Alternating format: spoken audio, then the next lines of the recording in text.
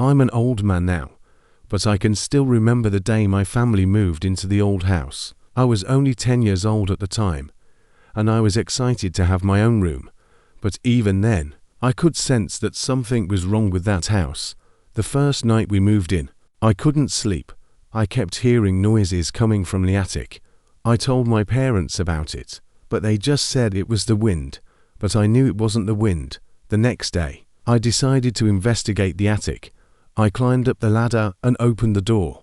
The attic was dark and dusty, and it smelled like mildew. I could see a few old boxes and some furniture, but nothing else. I was about to close the door when I heard a noise. I turned around and saw a figure standing in the shadows. It was a tall, thin figure, and it was wearing a long black coat. I couldn't see its face, but I could feel its eyes on me. I screamed and ran out of the attic. I told my parents what I had seen, but they didn't believe me. They said it was just my imagination, but I knew what I had seen, and I knew that something evil was in that house. The next few weeks were the worst of my life. I was constantly afraid. I would wake up in the middle of the night to the sound of footsteps in the hallway. I would see shadows moving out of the corner of my eye. I started to avoid going into the attic, but I could still hear the noises coming from up there, and I knew that the figure was still there, watching me. One day, I couldn't take it anymore. I had to find out what was in that attic. So I climbed up the ladder and opened the door. The attic was empty. There was no figure, no boxes, no furniture, nothing.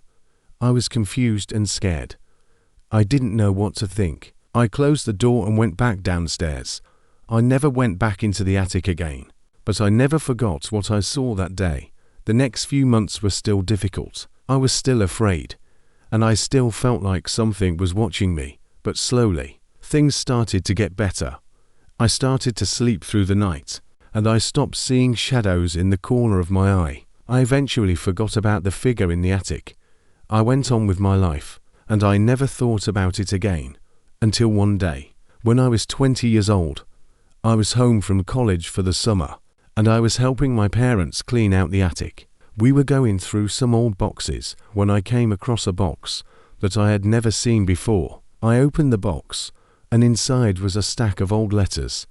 I started to read the letters, and I quickly realized that they were from my great-grandfather. The letters were all about the old house. My great-grandfather had lived in the house when he was a child, and he had seen the same figure in the attic that I had seen.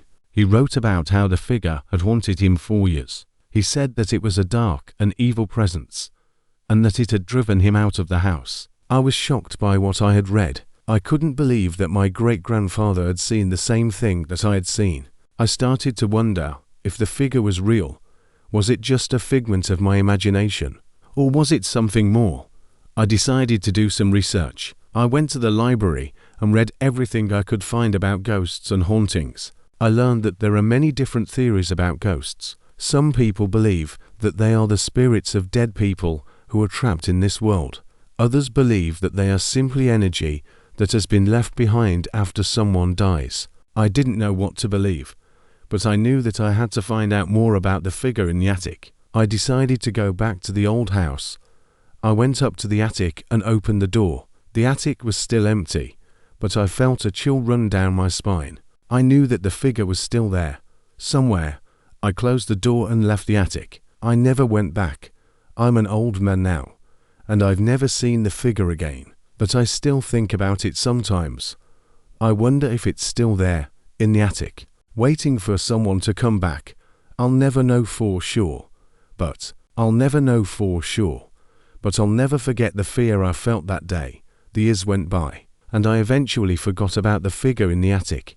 I got married, had kids, and started a new life, but the figure never really left me. It was always there, in the back of my mind, a faint but persistent fear. One day, when I was 60 years old, I was diagnosed with cancer. I was given a terminal prognosis, and I knew that I didn't have much time left. I thought about the figure in the attic a lot during those last few months. I wondered if it was waiting for me, on the other side. On my deathbed, I closed my eyes and thought about the old house. I thought about the attic, and the figure that I had seen. I didn't know if the figure was real or not, but I knew that it had been a part of my life, for better or worse, and I knew that I would never forget it. I took my last breath and closed my eyes. I was finally at peace. I don't know what happened to the figure in the attic. Maybe it was real, and it had finally found peace. Maybe it was just my imagination, and it had faded away with time, but I don't think it matters. The figure was a part of my life, and it will always be a part of me. I'm an old man now, but I'm not afraid anymore. I know that the figure is gone, and that I'm finally safe. I can close my eyes and sleep soundly at night, knowing that the figure is no longer there. I'm at peace.